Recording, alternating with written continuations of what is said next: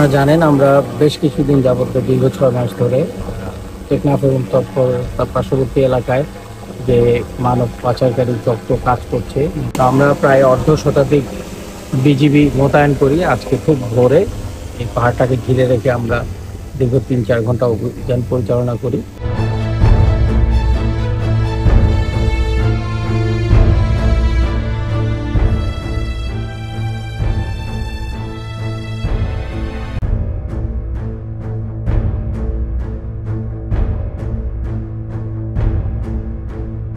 এবং অপরাধী চক্রের মধ্যে রুবেলকে গ্রেফতার করতে পেরে।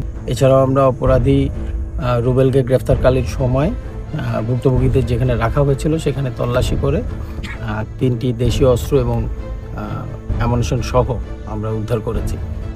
আমরা 5 জন বাঙালিকে অপহরণ হয়েছিল, তারা বিভিন্ন সময় তাদেরকে কাজের কথা বলে এনে এখানে 40,000 টাকায় বিক্রি করে দেয়। রাজমিস্ত্রি কাজ করবো ঢুকাইছি, সেখানে যখন ঢুকাই পারছে আমাদেরকে বলছে মিলিয়ে বিক্রি করে দেবে, এই 3,60,000 করে নেবে, আর না দিলে বাড়িতে কল করে টাকা নিয়ে দিলে কিডনি বিক্রি করে কিডনিগুলো বিক্রি করে আমাদেরকে ওই সাগরের মধ্যে ফেলে দেবে। রাজমিস্ত্রি কাজ করে দিই আমাদের করে দিয়ে নিয়ে আসে, আনার পরে বাদ দেন আমাদের কিছু বললে মারে পিটাই বলছে বাসা থেকে 3 লক্ষ টাকা আজকে ফুল দিয়ে টাকা আমাদেরকে অস্ত্র ধরে ওইদিকে নিয়ে গেছিল, এই চুরি ধরে অস্ত্র ধরে ওইদিকে নিয়ে গেছিল পাহাড়ের উপরে। আর বাসা থেকে টাকা পাঠাইছে ভিডিও করে বাসা থেকে 3 লাখ টাকা পাঠাই ভিডিও করে।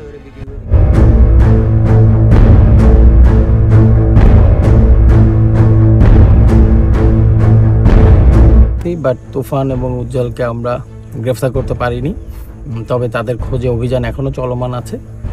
এছাড়াও আমরা প্রযুক্তির সহায়তা নিয়ে ড্রোন এবং অন্যান্য সার্ভেলেন্স ইকুইপমেন্টের মাধ্যমে পাহাড়ে তাদের গতিবিধি এবং অন্যান্য যে সকল পথ ব্যবহার করে সেগুলোকে পুঙ্খানুপুঙ্খভাবে পর্যালোচনা করেছি এবং ভুক্তভোগীদের রাখার জন্য যে অস্থায়ী জায়গা তৈরি করা হয়েছে এগুলো আমরা পুড়িয়ে দিয়েছি যাতে ভবিষ্যতে এগুলো ব্যবহার করে না।